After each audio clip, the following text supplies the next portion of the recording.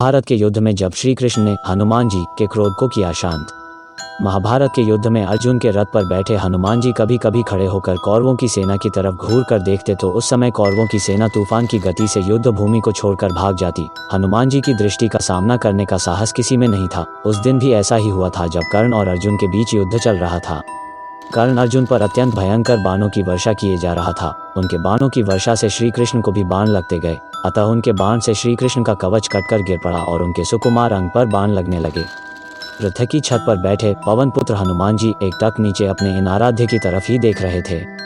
श्री कृष्ण कवचहीन हो गए थे। उनके श्री अंग पर कर्ण निरंतर बाण मारता ही जा रहा था। हनुमान जी से यह सहन नहीं हुआ। वे उग्रतर गर्जना करके दोनों हाथ उठाकर कर्ण को मार देने के लिए उठ खड़े हुए। हनुमान जी की भयंकर गर्जना से ऐसा लगा मानो ब्रह्मांड फट गया। कौरव सेना तो पहले ही भाग चुकी थी, अब पांडव पक्ष की सेना भी उनकी गर्जना के भय से भागने लगी। हनुमान जी का क्रोध देखकर कर्ण के हाथ से धनुष छूटकर गिर गया।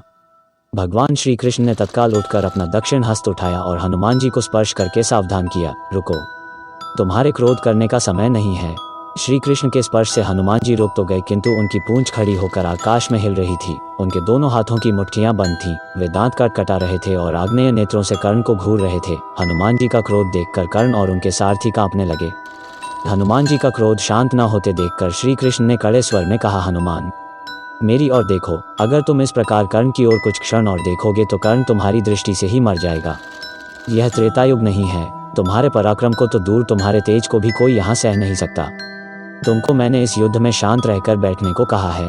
फिर हनुमान जी ने अपने आराध्य देव की ओर देखा और शांत होकर बैठ गए।